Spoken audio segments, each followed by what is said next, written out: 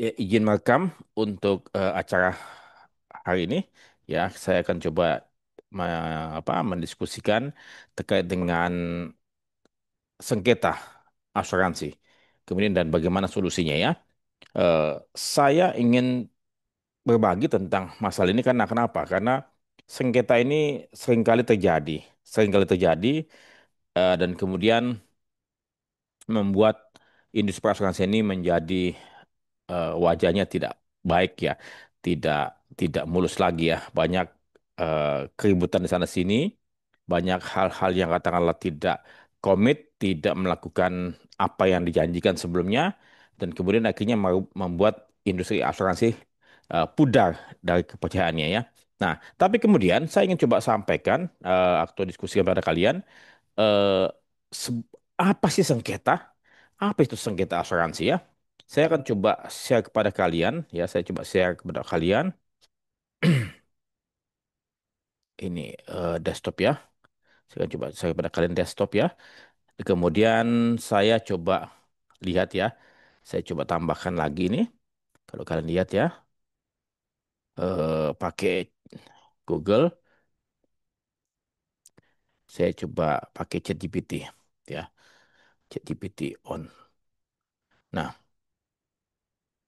kalau misalnya saya mau coba kalian ini ya, saya coba tanya ChatGPT ya, tolong di approve ya yang hadir ya. Ya, ini apa yang dimaksud dengan sengketa dalam asuransi?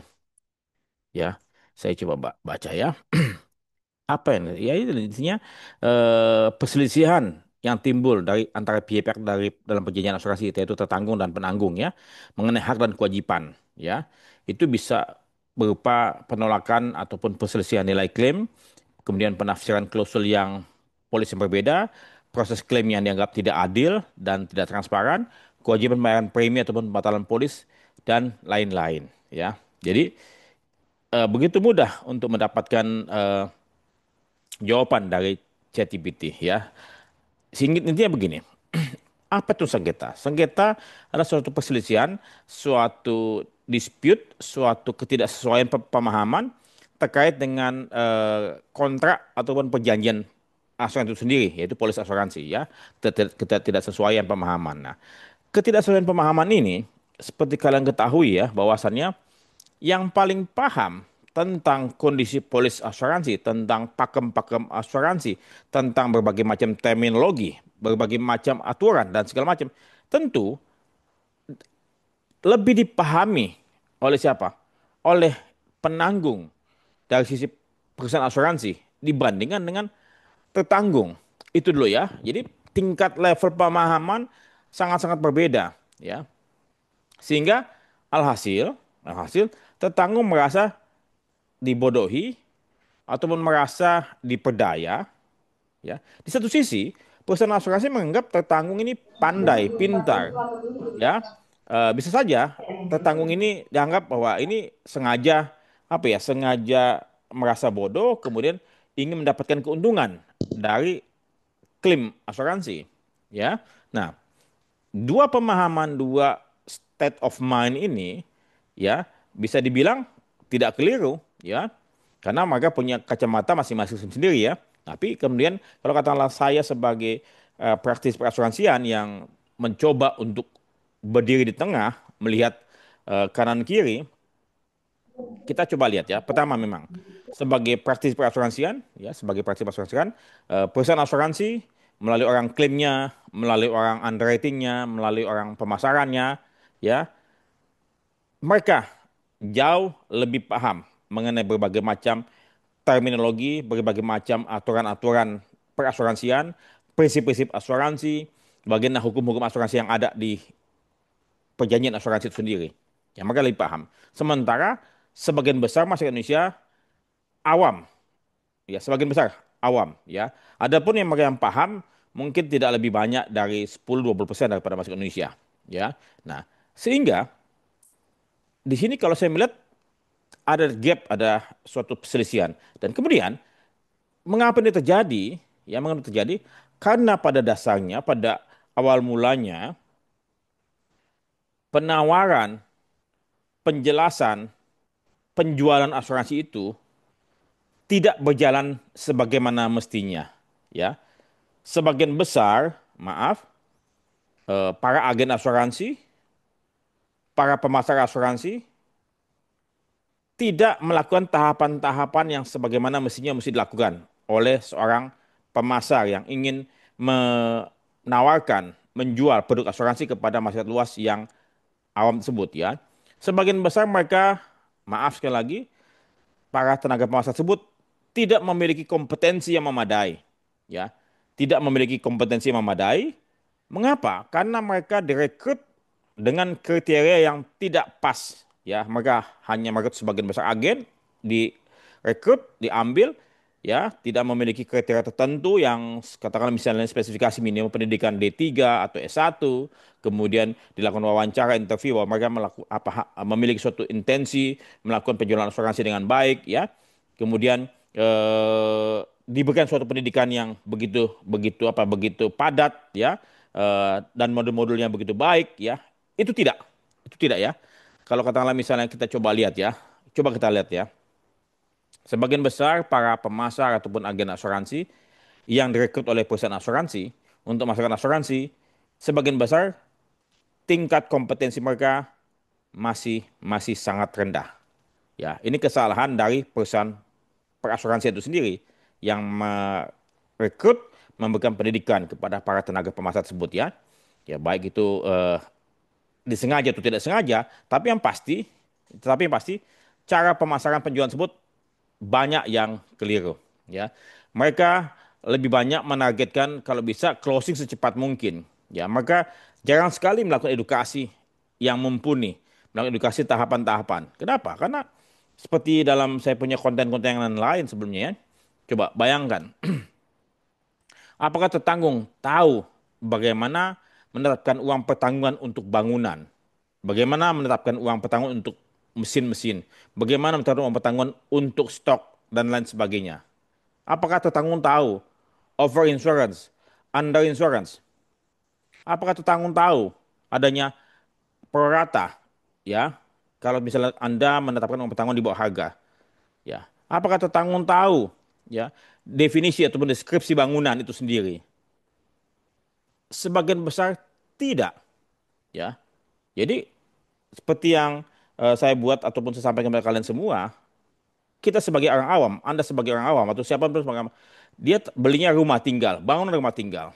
Ya bangunan rumah tinggal termasuk apa? Termasuk pagar, termasuk kabel-kabel listrik, termasuk lampu dan segala macam yang menempel berada di dalam maupun di luar tembok-tembok yang ada.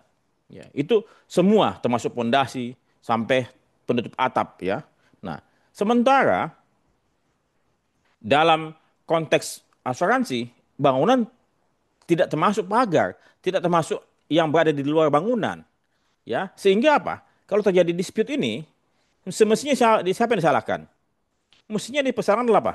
Kita yang menjual asuransi, ya. Karena tentu kan nggak mungkin tetangga menjual mengasuransikan bangunan tanpa pagar, tanpa kabel-kabel listrik, tanpa lampu-lampu. Tidak mungkin. Ya, intinya pemahaman ini, konteks ini yang saya pikir perlu disejajarkan. Seandainya tadi ada sengketa karena menurut asuransi bahwa bangunan tidak termasuk ini, sementara tetanggung mana gua tahu bangunan tersebut tidak termasuk ini yang menurut lo. Kan gua nggak tahu pakem-pakem. Gua nggak tahu terminologi di asuransi. Ya. Jadi sesungguhnya kita harusnya melakukan edukasi terlebih dahulu agar nasabah paham dari mana edukasinya. Wah, kalau dari mana edukasinya tentunya semuanya. Ya, apa itu risiko, itu apa itu asuransi, bagaimana memahami prinsip-prinsip asuransi, habis itu bagaimana menentukan uang pertanggungan, bagaimana melakukan manajemen risiko, ya, katakanlah bahaya-bahaya apa saja yang Anda hadapi, kemudian bagaimana memilih polis asuransi, ya, bagaimana menghitung premi asuransi, jangan membeli jaminan yang tidak diperlukan, tapi kemudian ditawarkan jaminan yang sebetulnya tidak diperlukan. Nah, jadi ini saya pikir perselisihan ataupun sengketa asuransi akan sangat banyak, ya, akan sangat banyak di masa-masa mendatang. Mengapa? Mengapa akan sangat banyak sengketa di asuransi di masa mendatang? Pertama adalah apa? Pertama, eh, waktu yang sangat mendesak, ya, waktu yang sangat mendesak, di mana para pemasar, para penjual asuransi, ya, itu semakin sibuk, semakin banyak target-targetnya, ya. Kemudian juga nasabah juga kurang memberikan waktu kepada para pemasar untuk menjelaskan dan kurang teliti, kurang kritis untuk menanyakan segala sesuatu yang mestinya dia pahami, ya. Nah, kemudian apalagi? Kemudian adanya insurtech. Ya, insurtech ini pun juga menjadi suatu tantangan tersendiri di mana orang membeli polis asuransi tanpa mengenal, tanpa bisa bertanya kepada orang yang bisa dipercaya. Dia selalu pakai semua pakai mesin. Sehingga potensi sengketa asuransi di masa mendatang akan sangat tinggi, ya. Nah, kemudian apalagi yang bisa menimbulkan sengketa asuransi di masa mendatang semakin tinggi? Karena tidak adanya hukuman, sanksi yang ketat kepada para pelaku, para pelanggar, ya, para pemasar asuransi yang sembarangan menjual asuransi kepada orang-orang yang tidak pas, ya, segmentasinya salah, menjelaskan kondisi polis salah, kemudian juga menawarkan produk asuransi yang keliru, yang tidak sesuai, ya. Jadi tidak melakukan know your customer dengan baik. Ini semua yang menimbulkan potensi sengketa asuransi semakin besar. Nah, kemudian kalau misalnya katakanlah eh, kita melihat potensi sengketa asuransi semakin besar, semestinya kita sebagai praktisi harus betul-betul memahami bahwa ini menjadi suatu apa? Suatu bumerang atau suatu bom waktu yang akan bisa membuat kita punya reputasi nama baik, ya, sangat-sangat rentan, ya. Bagaimana mungkin asuransi yang bisnisnya itu didasari pada kepercayaan, ya, trust, ya, tapi tidak dibangun kepercayaan tersebut dengan baik dan dijaga. Ya, ini saya pikir kurang diperhatikan dengan baik. Mereka paham bahwa kepercayaan tersebut harus dibangun, harus dipelihara, tapi cuman paham saja. Mereka tidak melakukannya. Apa yang mereka lakukan? Coba. Bagaimana? Ini solusinya, ya. Saya berharap ini solusi ini bukan cara apa, bukan menyelesaikan sengketa, tapi lebih baik apa? Mencegah sengketa. Bagaimana mencegah sengketa supaya semuanya smooth? Ya tentu, tentu awalnya adalah kita semua para pemasar, agen asuransi, broker, ya, pemasar di perusahaan asuransi betul-betul harus kompeten terlebih dahulu, ya, harus kompeten, ya. Sertifikasi belakangan lah, ya, harus kompeten terlebih dahulu. Memahami apa? Semua konteks-konteks asuransi, teknik-teknik asuransi, ya, atau seperti yang saya sampaikan, risk and insurance itu suatu fondasi, ya, introduction to insurance itu fondasi, principles of insurance itu fondasi, ya, kemudian know your customer itu fondasi. Bagaimana melakukan pemasaran yang baik, ya? Itu ada tahapan-tahapan, itu pun juga fondasi, ya. Jadi jangan berpikir gampang masuk susah keluar. Itu salah. Ya, gampang mereka membeli polis asuransi, begitu mudahnya membeli polis asuransi, tapi pada waktu mereka mau mencairkan, meminta klaim ke asuransi, itu dipersulit setengah mati. Itu konteks orang yang tidak benar. Semestinya apa? Susah masuk, gampang keluar. Tidak semua orang boleh beli polis asuransi. Tidak semua orang layak diasuransikan. Itu yang mesti dipikirkan. Jadi kita mesti verifikasi. Seperti halnya orang mau ambil kredit di bank, itu diverifikasi dengan baik. Once kita sudah lakukan verifikasi dengan baik, bila mana terjadi klaim, orang bagian klaim tinggal melihat bahwa klaimnya genuine, ya, valid, kemudian apa? Bayar. Selesai. Tapi kalau klaimnya tidak genuine, atau fake ataupun fraud, ya sampaikan penolakan dengan menjelaskan ini fraud. Tapi jangan mencari kesalahan tertanggung di masa lampau. Wah, tertanggung salah mengisi nih lokasinya, nomornya mesti nomor 20A, tapi dia ngisi cuma nomor 20. Kan itu hal-hal yang sepele, remeh-temeh, ya. Jadi bagian klaim itu bukan mencari kesalahan tertanggung di masa lalu, tapi memverifikasi klaim saat ini apakah liable atau tidak. Kalau liable, bayar. Tapi kalau tidak liable, tolak. Sedemikian mudah, ya. Jangan sampai katakanlah hal-hal yang masalah administrasi yang sederhana, wah, nomor rangkanya beda nih, tolak. Ya, tertanggung terlambat lapor 1 hari karena tanggung sibuk atau lagi di luar kota, tolak. Itu mah orang pikiran orang, mohon maaf, ininya tidak nyampe. Ya otaknya tidak nyampe. Ya. Nah, kembali lagi tadi, bagaimana mencegah sengketa asuransi? Ya, kita lakukan edukasi dengan baik, tahapan-tahapan tersebut. Kita mesti punya SOP. SOP dengan detail bagaimana tadi. Seorang yang katakanlah boleh berjualan asuransi adalah seorang yang punya kompetensi level katakanlah level 6, ya, punya ilmu risk and insurance, principle of insurance, know your customer, ya, product knowledge. Kemudian apa? Dibimbing sebelum dia terjun ke lapangan. Jadi jangan sampai pemasar ataupun agen asuransi yang baru diberikan pendidikan selama 1 minggu, 2 minggu, kemudian diterjunkan bebas di lapangan. Ya, hancur, hancur. Mesti ada seorang senior yang sudah punya pengalaman lebih dari 3 tahun atau 5 tahun yang membimbing pemasar baru ini. Pertama kali senior ini menjelaskan kepada prospek dan si junior ini memperhatikan dengan baik tahapan-tahapan yang sesuai dengan yang apa yang dipelajari di kelas, lihat seniornya melakukan hal tersebut, satu, dua, ada checklist kan? Nah, setelah itu, setelah dia melihat seniornya melakukan penjualan, penawaran segala macam, selanjutnya yang kedua mungkin dibalik, ya, juniornya di depan, seniornya yang mengapa? Membimbing, ya membimbing. Betul nggak tahapan-tahapan tersebut dilakukan? Nah, setelah itu dilakukan, ya sudah 2 3 case, barulah si junior ini mungkin bisa dilepas setelah seniornya memberikan approve. Silakan kamu lakukan sendiri. Tapi tahapannya tetap dilakukan sesuai dengan apa yang diajarkan di kelas. Nah, saya pikir ini tidak terjadi dalam industri perasuransian. Mungkin terjadi cuma satu dua. Dan kemudian apa? Para pemasar junior semestinya tidak menjual produk-produk asuransi yang kompleks. Misalnya asuransi jiwa, ya. Agen ataupun pemasar asuransi yang baru tidak boleh jualan unit link. Tidak boleh jualan unit link. Saya melarang. Kenapa? Unit link itu adalah produk yang kompleks. Ya, bagaimana mungkin agen ataupun pemasar baru, ya, yang cuma dididik 1 minggu, 2 minggu, 3 minggu, bahkan 1 bulan, langsung jualan unit link? Ya berantakan, berantakan. Ini salahnya siapa? Salahnya perusahaan asuransi. Ya, jadi kembali lagi, bagaimana tadi mencegah? Kita mengedukasi, kita punya pemasar, agen asuransi dengan baik dan benar, kemudian diberikan pelatihan di lapangan, diawasi oleh senior. Setelah itu apa?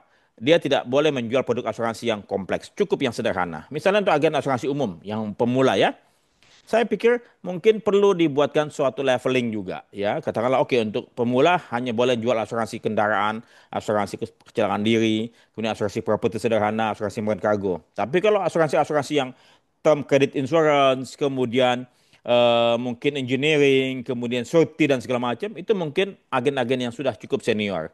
Jadi mesti ada leveling juga, ya. Mengapa? Jadi sengketa tersebut mengapa terjadi? Kalau saya lihat sih memang kita punya orang, ya. Pertama memang malas mendidik pemasar agen asuransi tersebut dengan benar, malas mendidik karyawannya dengan baik, ya. Kemudian sengaja, sengaja tanda petik ya, membuat masyarakat Indonesia itu masih tetap bodoh, ya. Mungkin supaya bisa diperdaya, bisa dimanfaatkan, ya. Kemudian pun kalau ujung-ujungnya ya pasti sengketa, biarin aja sengketa. Toh nanti sengketa ini kan pasti nasabah mesti meng-hire pengacara, mesti meng-hire beberapa ahli asuransi, pendapat ahli dan segala macam yang notabene tidak murah. Ya, akhirnya apa? Masyarakat Indonesia yang menjadi korban kembali ya, menjadi korban dan kemudian apa? menjadi bulan-bulanan ya. Jadi apakah sengketa ini memang tanda petik dibiarkan sengaja terbuka luas, potensinya ada. Sementara ya penjualan asuransi tetap sembrono, serampangan. Ini yang saya pikir sebagai praktisi saya sangat menyayangkan dan saya berharap regulator dalam hal ini OJK dan asosiasi menetipkan tata cara rekrutmen pemasar, agen asuransi dengan baik, ada kriteria tertentu, kemudian ada SOP pelatihan pendidikan calon agen asuransi, calon pemasar asuransi, dan modul-modul apa saja yang harus diberikan, berapa lama pendidikannya, dan pemasar atau para pelatih ataupun trainernya pun juga mesti betul-betul orang yang punya integritas, punya kompetensi yang baik. ya. Dan kemudian ada leveling untuk para pemasok tersebut, level 1, level 2, ya. Tidak semua orang bisa jadi agen asuransi, tidak semua orang bisa beli asuransi. Nah, ini yang saya pikir mesti kita cegah supaya sengketa ini semakin lama semakin kecil, semakin sedikit, ya. Kita edukasi masyarakat Indonesia dengan baik. Nah, seandainya kita sudah melakukan, kita punya tugas kewajiban kita melakukan edukasi kepada masyarakat luas, kemudian kita punya agen dan mungkin pemasaran asuransi kita berikan kompetensi yang memadai, ya. Masih ada nggak peluang potensi sengketa? Masih ada, tapi kan semakin lama semakin sedikit. Saya percaya masyarakat Indonesia yang kalau misalnya katakanlah sudah paham bahwa itu tidak dijamin dan kemudian mereka tetap masih mau apa, masih mau melakukan litigasi hukum, saya pikir mereka akan berpikiran lebih bagus semuanya smooth lah tanpa sengketa, ya. Intinya apa? Intinya kembali lagi, kita jualan asuransi ini bukan untuk mau ribut, ya. Kita jualan asuransi ini untuk apa? Untuk memberikan suatu kebaikan-kebaikan, nilai-nilai sosial, ya. Oleh sebab itu kita harus melakukan penjualan tersebut dengan tepat guna, ya, tepat sasaran.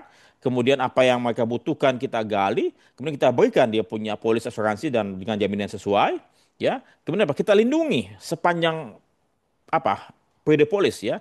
Sehingga akhirnya suatu ketika pada waktu nasabah mengalami suatu musibah, ya, mengalami suatu peristiwa, ya, yang terjamin dalam polis, kita tidak serta-merta lagi mencurigai dan kemudian mencari cara untuk menolak ataupun menekan klaim tersebut, ya. Kita karena sudah kita verifikasi dengan baik. Intinya apa? Kita lakukan. Ini klaimnya libel. Setelah itu kita hitung amount-nya, kuantumnya.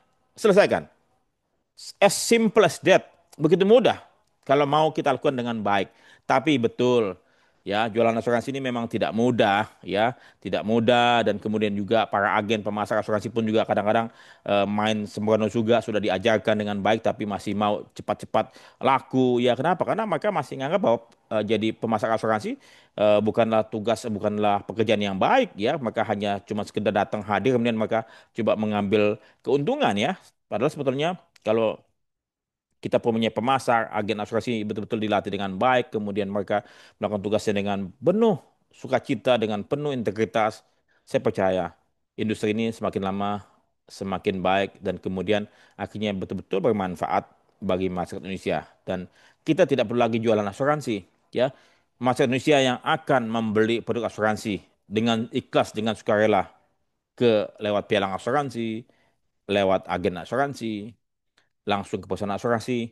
Demikian. Sehingga tidak lagi asuransi itu dipaksa, dijual, ditawar-tawarin, dikejar-kejar si nasabah ini. Tidak. Ya, saya berharap asuransi menjadi suatu produk yang apa yang betul-betul dibutuhkan dan kemudian mereka dengan ikhlas dengan sukarela mencari, ya, seperti halnya kalau katakanlah kalian sedang haus, kalian mesti mencari minuman. Kalau kalian lapar pada waktu makan siang, kalian mencari makanan dengan ikhlas. Kalian cari makanan tersebut, ya. Bukan dipaksa-paksa, kamu makannya. Enggak, kamu karena kita lapar, kita butuh makan, kita beli makanan.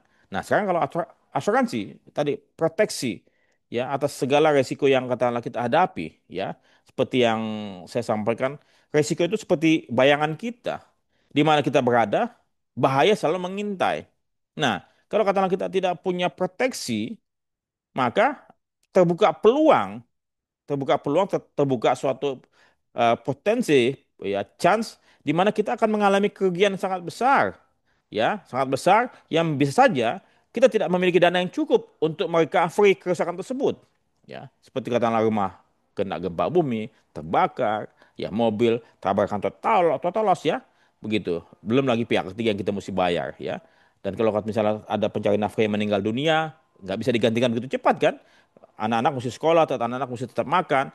Ini bagaimana? Nah, kalau asuransi tersebut tidak bekerja dengan baik, maka sudah beli produk asuransi, ya, sudah bayar premi setiap tahun, kemudian pada waktu mereka mengajukan klaim, setengah mati susahnya, dipersulit, dipimpong, ini kan bikin makan hati, naik darah itu, masyarakat Indonesia, kan. Jadi, kalau misalnya boleh, kita persulit di depan, betul-betul diverifikasi, betul-betul dia pantas membeli polis asuransi. Ya, kalau misalnya memang dia tidak pantas membeli polis asuransi, jangan ditawarkan. Nah, setelah dia beli polis asuransi, penuhi kewajiban kita kepada mereka yang mengalami klaim. Jangan sampai dia sudah bayar premi asuransi tiap tahun, dia mengalami musibah, kita persulit, kita pimpong sana sini. Bahkan kita punya intensi menolak klaim tersebut. Itu satu hal yang saya pikir sangat-sangat jahat. dari pikiran-pikiran orang asuransi yang punya pola pikir yang demikian. Ya, jadi Anda semua ya harap Anda pun juga melakukan tugas-tugas kalian dengan baik ya, menjual asuransi dengan benar supaya nasabah Anda mendapatkan perlindungan yang sesuai dengan eh, risiko yang dihadapi, dengan anggaran yang mereka miliki. Kemudian pastikan kondisi-kondisi polis asuransi yang Anda sampaikan kepada nasabah itu betul-betul full coverage ya sesuai dengan kebutuhan mereka sehingga suatu ketika terjadi klaim bisa saja perusahaan asuransi ya punya pikiran jahat ya pikiran jahat untuk dapat menolak klaim ataupun menekan nilai klaim tersebut. Anda sebagai pialang asuransi harus memastikan bahwa tertanggung Anda mendapatkan haknya. Ya, jadi makanya profesi pialang asuransi adalah profesi yang sangat-sangat saya pikir dibutuhkan oleh masyarakat Indonesia yang sangat eh, punya nilai yang berarti ya sehingga kalian menjadi pengawal, menjadi advisor, menjadi konsultan, ya, menjadi pengacaranya nasabah dari awal hingga akhir. Karena terus saja di dunia manapun, ya, itu ada saja orang jahat. Ya, bahkan kita tahu polisi pun juga ada polisi jahat kan, hakim pun juga ada hakim jahat. Di asuransi pun juga ada orang asuransi jahat. Dan kalian mestinya bukan bagian daripada kejahatan. Kalian harus menjadi orang yang menjadi sinar, menjadi cahaya di dalam kegelapan dunia asuransi. Kalian harus menjadi cahaya, menjadi sinar, menjadi tonggak. Karena asuransi pada dasarnya itu baik, bisnis ini baik, ya, bisnis ini baik, ya, dan kalian harus membela asuransi, ya. Adapun orang yang jahat tersebut adalah oknum-oknum, ya, oknum di perusahaan-perusahaan asuransi, oknum-oknum di mungkin di keagenan, oknum-oknum di Loss Adjuster. Tapi ada juga broker juga yang tidak baik, ada juga. Ya, tapi saya ingin kalian menjadi bagian daripada kebaikan. Ya, the change the agen kebaikan. Ya, jadi cahaya. Oke, itu sementara pemahaman ataupun penyampaian yang saya coba sampaikan. Kalau kalian mau diskusi atau bertanya silakan. Intinya saya ingin kalian menjadi problem solver, bukan problem maker ya. Jadi kalian harus menjadi solusi, ya. Bukan solusi untuk pada saat terjadi sengketa, tapi sebelum sengketa terjadi kalian menjadi solusi supaya industri asuransi ini menjadi semakin lama semakin baik citranya, harkat dan martabatnya. Ya karena pada dasarnya asuransi itu baik, mulia. Oke, silakan. Kalian mau tanya Aris, Elis, Linda, Pita, silakan Us, dibuka aja. Oke, tanya Pak. Ya, silakan Us. Pak, dulu apa sempat ada kasus viral Pak. Misalnya kan Hmm, ada klaim asuransi kesehatan atau jiwa gitu ya hmm, di asuransi A. Nah, sampai-sampai masuk ke ranah pengadilan. hmm.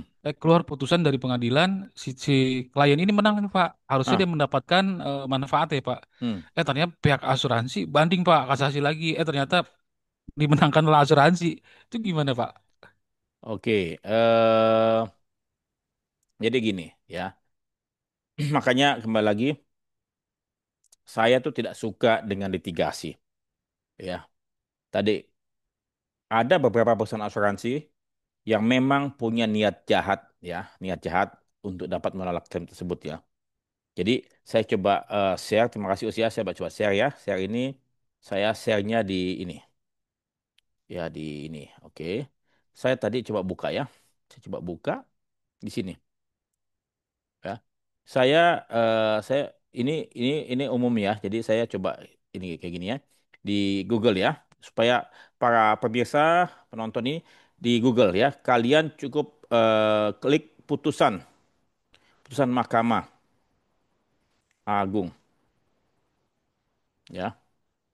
Ini langsung keluar kalian bisa direktori putusan ya.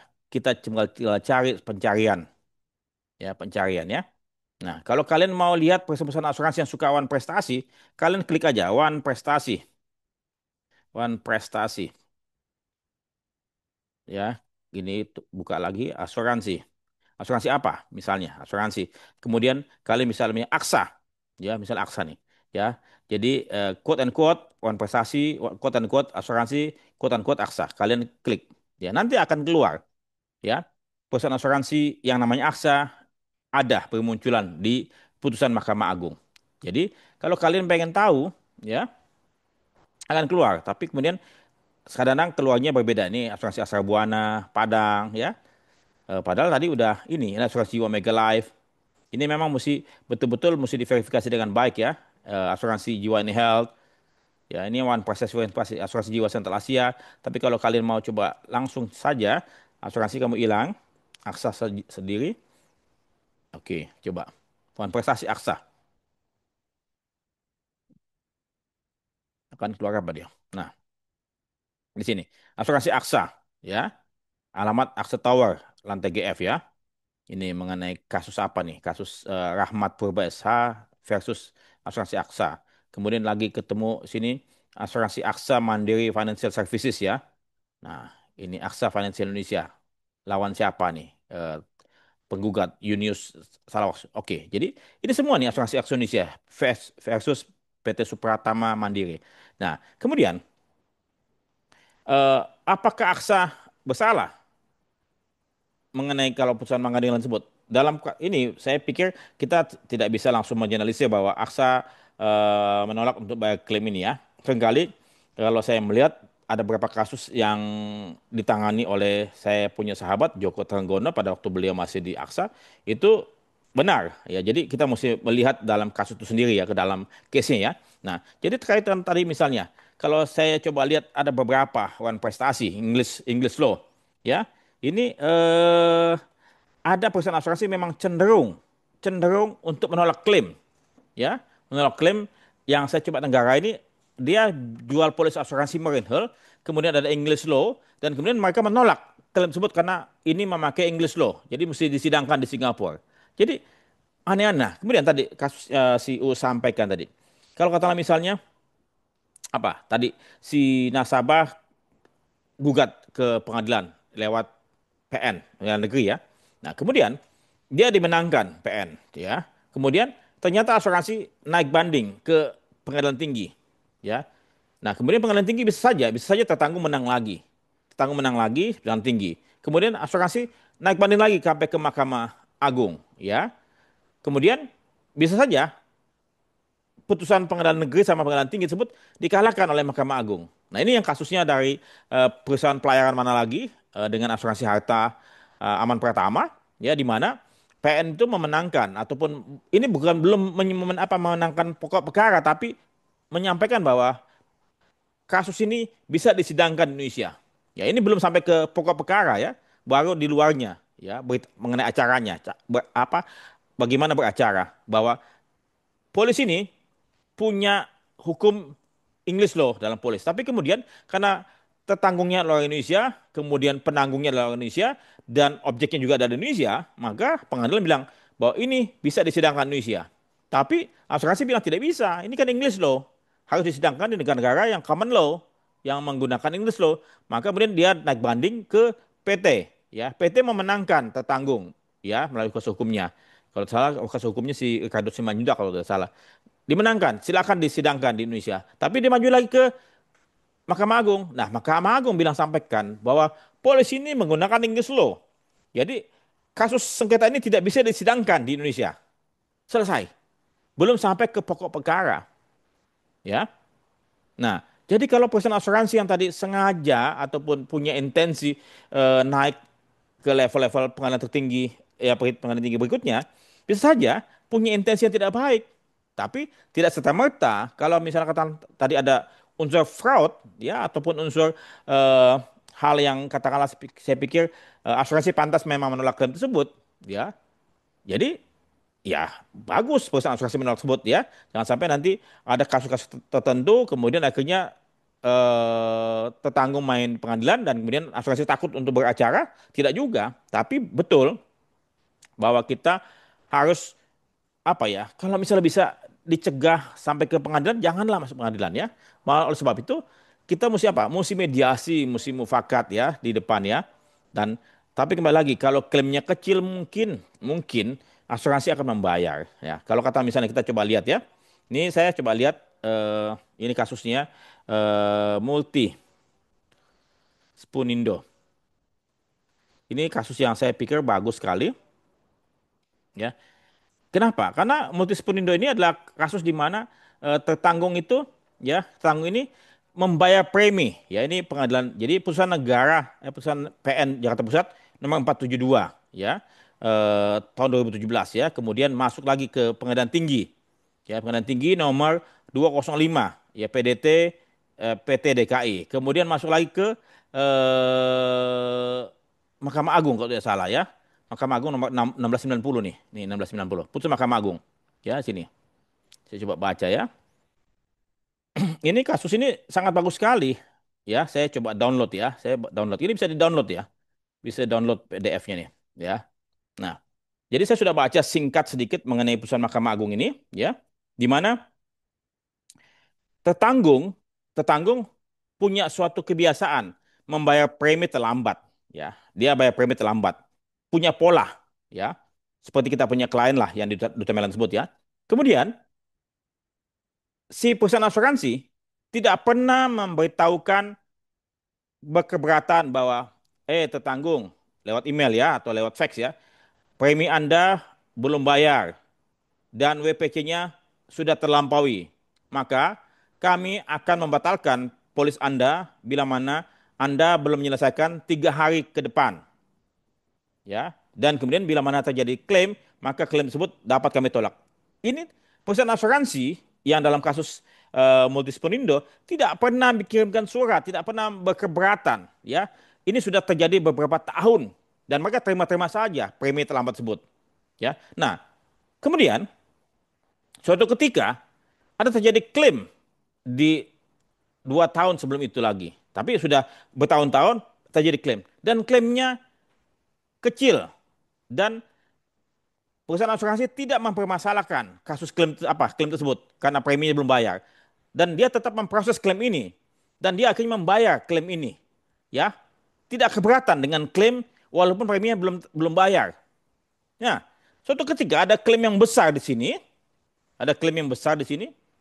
Benar apa? Si perusahaan asuransi bah menolak klaimnya, bahkan mungkin membatalkan polisnya karena kamu bayar premi terlambat, ya maka kami bisa batalkan polis Anda, kami batalkan polis Anda.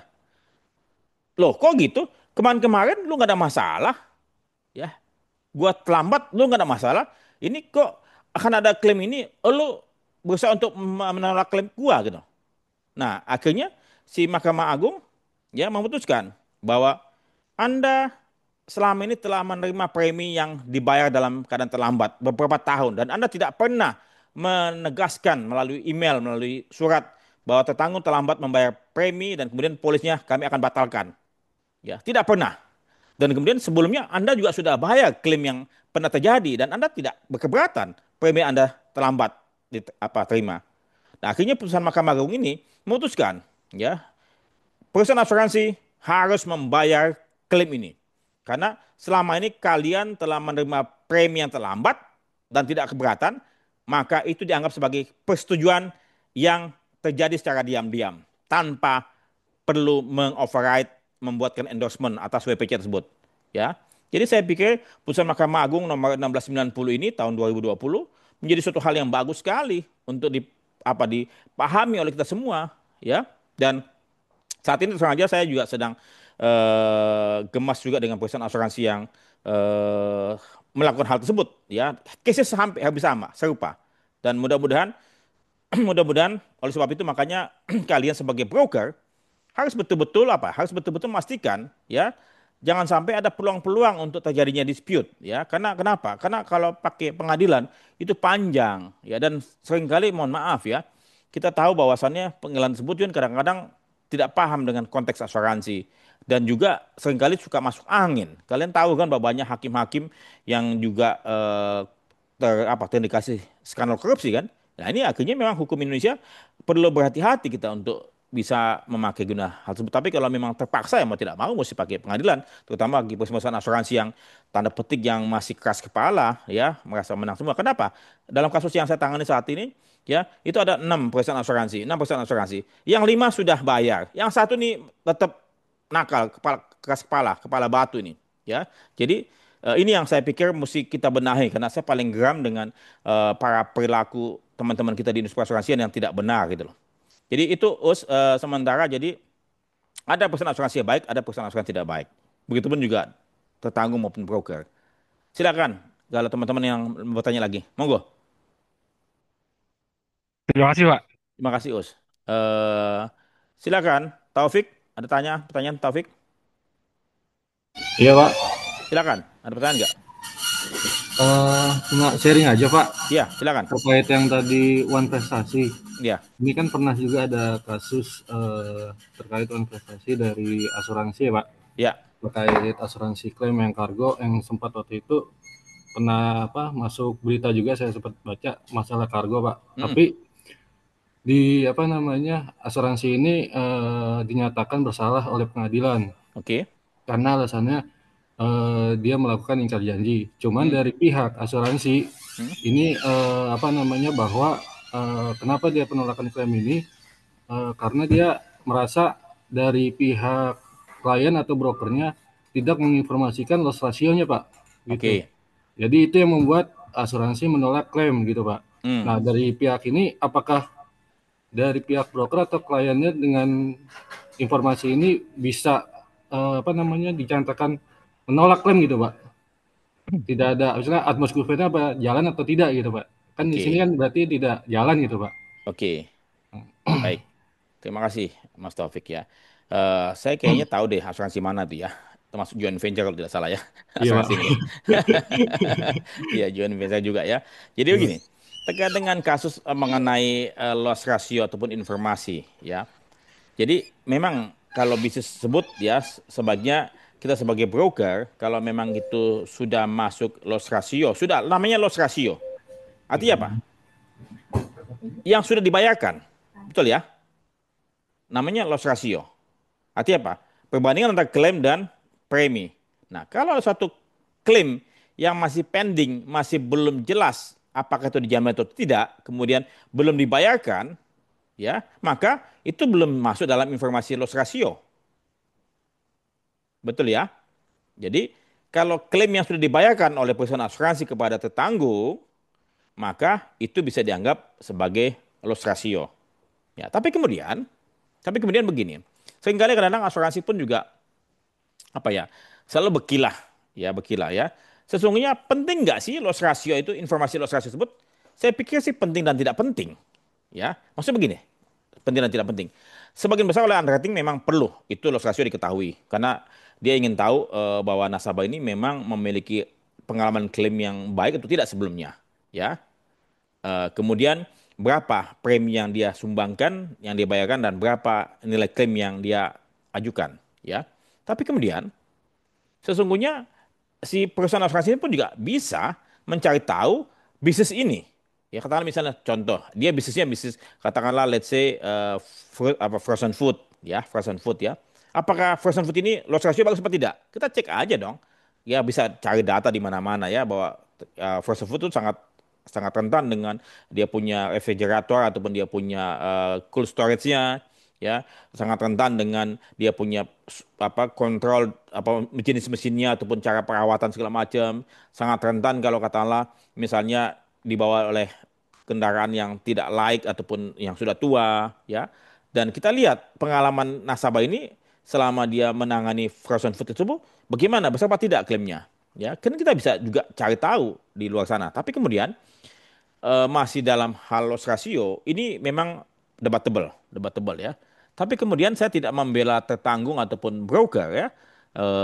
Tapi kalau kata misalnya dia sendiri tidak paham ataupun belum ada pembayaran klaim ya masih pending ya dia hanya menyampaikan loss ratio betul ini preminya sekian klaimnya sebesar sekian pengalaman klaimnya dia sampaikan apa yang telah terjadi yang sudah dibayarkan tapi yang belum dibayarkan saya pikir ini debatable. Ini belum masuk dalam ranah loss ratio. Potensi klaim iya, tapi bukan masuk loss ratio. Begitu Mas Taufik. Iya Pak, makasih Pak. Thank you, thank you. Jadi tapi kemudian kita sebagai broker, ya jangan sampai kalian menyembunyikan informasi yang semestinya disampaikan. Tapi kemudian, ya seandainya misal gini, kalian menyampaikan loss ratio 3 tahun terakhir, ya. Tapi kemudian si perusahaan asuransi tidak nanya, ya saya minta loss ratio 10 tahun terakhir. Ya, salah nggak tuh kalau misalnya dia nggak nanya, dia cuman kita sampaikan cuma 3 tahun terakhir. Ya nggak salah juga. Ya, apalagi kalau katakanlah misalnya kita menyampaikan loss ratio setahun terakhir, nil, ya. Dan si perusahaan asuransi nggak nanya, ya. Loss ratio kamu 5 tahun terakhir bagaimana? Kalau dia nggak nanya, ya sudah. Ya, artinya apa? Kita sampaikan apa yang ada, yang kita tahu. Tapi memang layaknya loss ratio tersebut tidak cukup setahun. Tapi kalau katakanlah kalian sebagai broker baru menangani setahun, ya, dan kalian menyampaikan informasi tersebut, ya, saya nggak tahu di tahun kedua, tahun ketiga, tahun keempat kan gitu loh. Tapi memang ada juga broker yang, mohon maaf ya, mereka membela nasabahnya gila-gilaan, kemudian berusaha untuk melakukan penyembunyian fakta, ya, ada juga, ya, makanya kembali lagi apa yang dilakukan oleh kita punya kawan membela ini atau menolak klaim ini, saya pikir juga ya karena klaimnya gede. Tapi kalau kalau klaimnya kecil, saya percaya pasti dia pun juga akan selesaikan karena premi yang dibandingkan dengan klaim yang kecil ya pasti akan dilupakan ataupun akan diabaikan. Tapi karena klaimnya gede, biasanya perusahaan asuransi untuk mencari cara bagaimana tidak membayar klaim ini. Itu sementara dari saya. Makasih. Oke, ada yang lain, teman-teman? Satu lagi Pak. Silakan, Us. Pak, misalkan untuk menghindari perselisihan nih Pak, biasanya Ya. kan kalau dari asuransi properti itu tuh pada saat di bagian building itu dideskripsikan sudah include pagar Pak. Hmm, Ah, kebetulan ini eh, office-nya itu ada beberapa warehouse juga sampai tiga, ada hmm, tiga warehouse satu hmm, office. hmm, Nah pagarnya itu mengelilingi warehouse sama office itu Pak. Ternyata lumayan luas Pak. hmm. Itu kalau untuk pagarnya sendiri harus dimasukkan ke sum insured atau gimana Pak?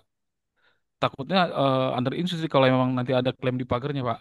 Kan begini loh ya, terutama untuk factory ataupun gudang ya, kan bisa saja dia kena longsor ataupun kena banjir kemudian roboh sebagian pagarnya kan, bisa terjadi kan, apalagi kalau katakanlah dia ada di bentaran sungai ataupun ada kali kan itu ya.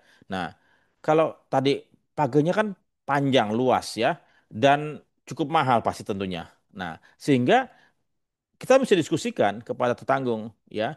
Kalau katakanlah misalnya ternyata dia mengambil resiko ya menjamil bahaya tadi kebanjiran, landslide dan long subsidence segala macam, dia mengambil itu karena ada resiko itu, ya maka dengan tegas kamu sampaikan karena Bapak mengambil resiko ini, ya dan ini ada terjadi peluang terjadinya kerugian bila mana ada banjir bandang ataupun ada pergerakan tanah, maka pagar Anda mungkin akan hanyut atau akan rusak, akan roboh. Ya, maka perlu dimasukkan dalam uang pertanggungan atau sum insured sehingga mesti dihitung ulang apakah uang pertanggungan yang ada saat ini itu sudah memadai, sudah mencukupi atau belum. Kalau tidak, kita mesti tingkatkan. Tapi kalau katakanlah misalnya dia cuman beli fire only nih, fire only. Ya maka apa pagar tersebut kalau kebakaran ya nggak apa-apa. Ya, jadi kalian sampaikan bahwasannya uang petanggung apa Samsung ini tidak termasuk pagar karena kalian tidak membeli landslide, windstorm dan lain-lain tuh, ya banjir dan segala macam, ya. Jadi kalian harus sesuaikan uang petanggungan dalam polis tersebut sesuai dengan apa? Sesuai dengan bahaya yang ingin dibeli, ya. Jadi kalau tadi misalnya dia mau pagarnya dimasukin, tapi resikonya tidak dibeli, ya, padahal resiko terbesar untuk pagar tersebut apa? Tadi banjir, longsor, pergerakan tanah dan segala macam. Ya. Jadi kalau misalnya cuma beli fire only, ya sudahlah pagarnya ngapain? Diasuransikan. Nggak ada gunanya kan? Makanya kalau misalnya dia mau diasuransikan, mesti dicantumkan dalam polis asuransi, ya, terkait dengan bahaya tersebut. Jadi ada potensi kerugian mengalami kerugian atas pagar tersebut karena banjir dan longsor dan segala macam. Begitu, Us. Ya, jadi sesuaikan. Ya. Baik, terima kasih Pak. Oke, makasih. Semoga. Jadi intinya kalian harus paham juga ya terkait dengan risiko-risiko yang mau ditawarkan kepada tertanggung. Kemudian eh, objeknya tersebut harus di state dalam polis ya. Karena kembali lagi terminologi bangunan ataupun objek pertanggungan dalam polis asuransi harus clear ya. Tapi kasihan sekali kalau tertanggung ini membeli polis asuransi secara langsung. Mana tahu, mana ngerti dia. Agen pun juga yang awam-awam yang baru ini, mereka nggak tahu itu terminologi-terminologi tersebut ya. Nah, kalau seandainya misal terjadi demikian, tetanggung cuma mau asuransikan bangunan rumah tinggal, Ya udah, gue beli bangunan rumah tinggal, misal terjadi dispute, mestinya perusahaan asuransi dipersalahkan. Tetanggung tahunya apa? Bangunan rumah tinggal yang gue beli dari developer, termasuk pagar, apalagi kalau dia beli property all risk, termasuk longsor dan segala macam, maka perusahaan asuransi harus bayar. Ya, kan dia mengasuransikan bangunan rumah tinggal. Waktu gue beli bangunan rumah tinggal, itu udah termasuk itu pagar, termasuk kabel-kabel dan segala macam.